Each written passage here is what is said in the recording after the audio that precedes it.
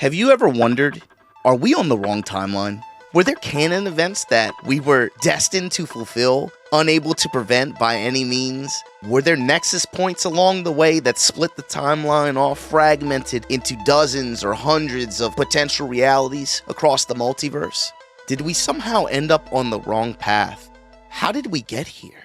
In 2008, after a 5 to 6 year absence from producing new fighting game titles with the Street Fighter series, Street Fighter 4 debuts in arcades, and it's a big deal. Even though in this era, there were many popular titles from Arc System Works, Bandai Namco through Tekken, and also Virtua Fighter titles that continued to have good success in arcades, they didn't have the kind of mainstream resonance and impact that a new Street Fighter release had, especially so when the game made its console debut the following year. The early major competitions for this game were usually Evo focused, right? So you had, of course, Daigo's wins in 2009, 2010, but then you get into the Fudo win and then the Infiltration win after that. And then something interesting happens. There is now the official Capcom Pro Tour. It's a competition that was supposed to kind of unite all of these international communities and events under one umbrella and create a roadmap for them to compete and aim for. And of course, the game is also updated over time. You have Vanilla Street Fighter 4, and then it goes to Super, and then it goes to Arcade Edition, until finally you have Ultra Street Fighter 4. And so this game had been played competitively for,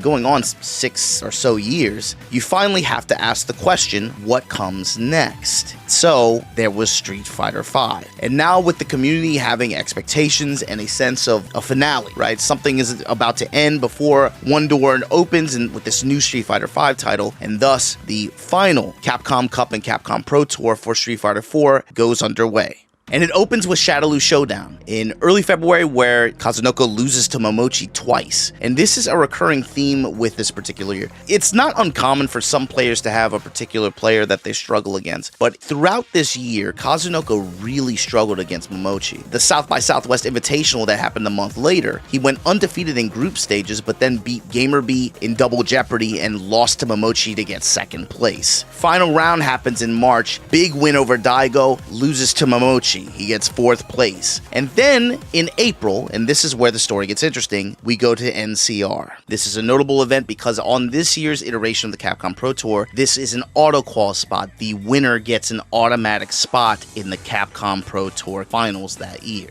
It's a pretty standard tournament up until the top 16. Kazunoko ends up having to play against NuckleDude, and Kazunoko wins.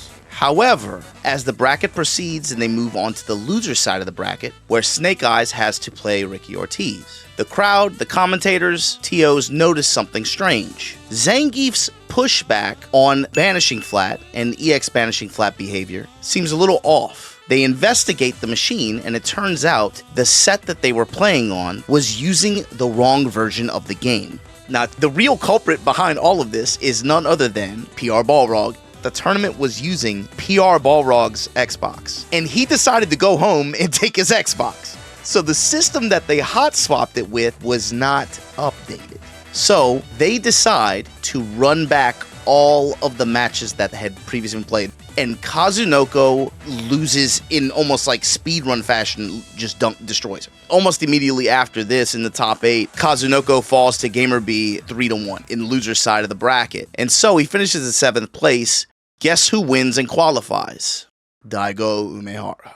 I love to think about like Chrono Trigger, Chrono Cross, right? You think Shala's this, she's the dream devourer, she's this big bad or whatever, but it turns out there's another evil present there, right? That's responsible for influencing her. So if we're on the wrong timeline, it's all PR Balrog's fault. You gotta feel for John Choi, who is more or less kind of a mouthpiece for this kind of event, right? You gotta feel bad for him because he has the right to twit longer, he's super apologetic. He offers Kazunoko a flight to make up for this mishap, a flight to another Capcom Pro Tour qualifier event so he'd get another chance. CEO is where he cashes that ticket. The weekend after Southeast Asia Major, Kazunoko goes to CEO, he gets a win over PR Balrog, of all people, and 801 Strider. He wins the tournament to qualify. Then you move on over to Evo. Kazunoko goes and is eliminated by PR Balrog at that tournament just outside of top 8. But at this point, he's already qualified for the end. So Capcom Cup goes down in December, and it's time for the brackets to be revealed. And guess who Kazunoko has to play first round? None other than 801 Strider. Kazunoko not only gets that initial win, he then has to play Problem X, where he doesn't drop a game. He then has to play Mise in a first to 3, does not drop a game. So just like that, he finds himself in top 8 winner's side. So then you get to the finals, where Kazunoko has to play Daigo in winner's side top 8. And he runs Daigo 3 straight. I mean, it was destruction. Daigo drops over, of course, has to have that set against Punko after he gets a win over Snake Eyes. But in winner's final side, Shen from Singapore ends up going up against Kazunoko. Same fate, 3-0 Kazunoko's favor. And just like that, you have a Kazunoko in grand finals, all because PR Balrog took his Xbox home. Daigo ends up winning over Shen, and we get that fated grand final set, the grand finale of Street Fighter IV, and it's Kazunoko versus Daigo. To understand the significance of this grand final set, you have to kind of understand who these players are and what they represent. Daigo, in terms of Street Fighter, has this almost, especially at this time, an almost like Michael Jordan-like aura around him. Not only did he inspire several generations of players to even play these games to begin with, but just his history as a competitor in Japan and then traveling overseas, walks away from the game, comes back with a new mainline entry and opens up with a dub the way he did at EVO 2009, and now he has an opportunity for the GOAT to essentially bookend the game. Open with a win, close with an insane win too. And then you have Kazunoko, who had a history of playing a variety of different titles, Guilty Gear, BlazBlue, etc. He had a competitive focus in those titles and did very well, qualifying for SBO Togeki Nationals in Guilty Gear several times. And so players who played Guilty Gear or maybe some of those Arc System Works titles in the West, they knew his name. But for I think a lot of Western players and competitors, his appearance in Street Fighter IV International competition was kind of new, fresh. Maybe they didn't know him so well. When AE debuted in arcades with Yoon, that was his first real foray into serious Street Fighter IV play, and it results with him winning the national tournament in Street Fighter IV, SBO 2011 and 2012. These victories, in addition to his 2011 Canada Cup win, kind of cemented him among the Street Fighter IV elite.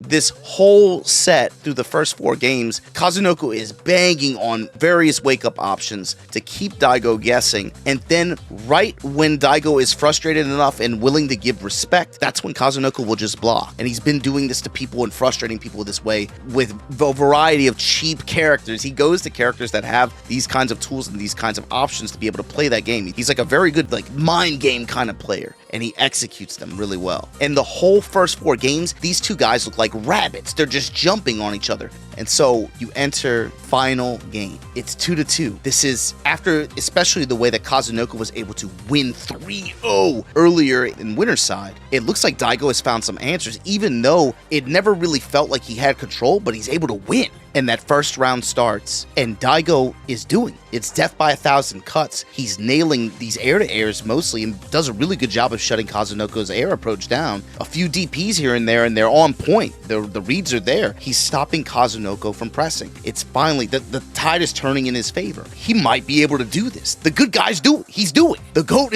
he might pull off this bookend win. But there's a problem.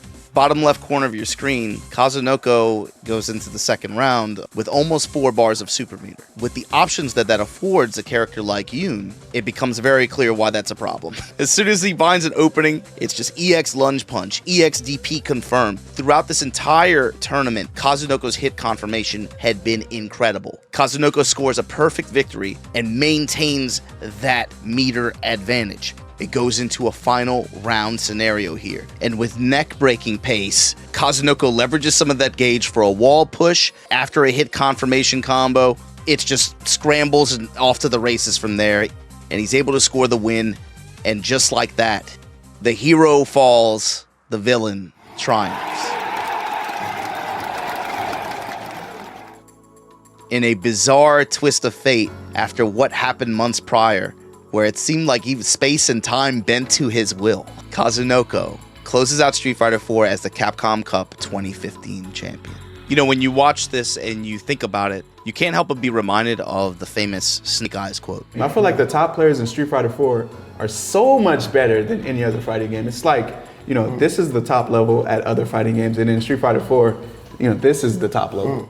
You get what he's trying to say. I don't know if he actually didn't know this or not, but part of what contributed to that exceptionally high level of competition is the fact that so many of the players that were competing in this game came from different games. That highlighted the beauty of it. Is that all these contributing players from so many different scenes, from Virtua Fighter, from Guilty Gear, from Blade, from all these different games came together, and that's what created that just well of competitive depth. That's what contributed to the field being that way.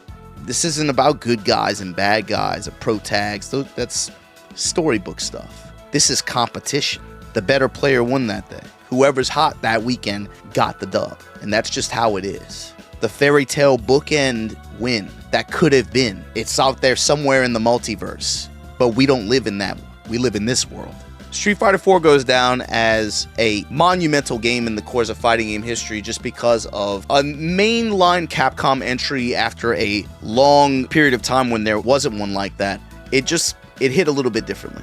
And this is a game that even now a lot of players have very strong nostalgia for, just because it was the game that for so many players, this was the first game where they started traveling for these kinds of events and competing in these kinds of stages and having this kind of spotlight. And in spite of its many faults, it was an incredible just turning point for these games in terms of not only community infrastructure, but also just the nature of the competition and how we engage with it. Capcom Cup 2015, to me, is the end of an era in its own way. And so if you guys enjoyed this kind of thing, I want to know, do you guys have any special memories from Street Fighter 4 era? Was there a particular match or a particular moment that sticks out for you? Let me know in the comments below, and I'll holler at you guys later.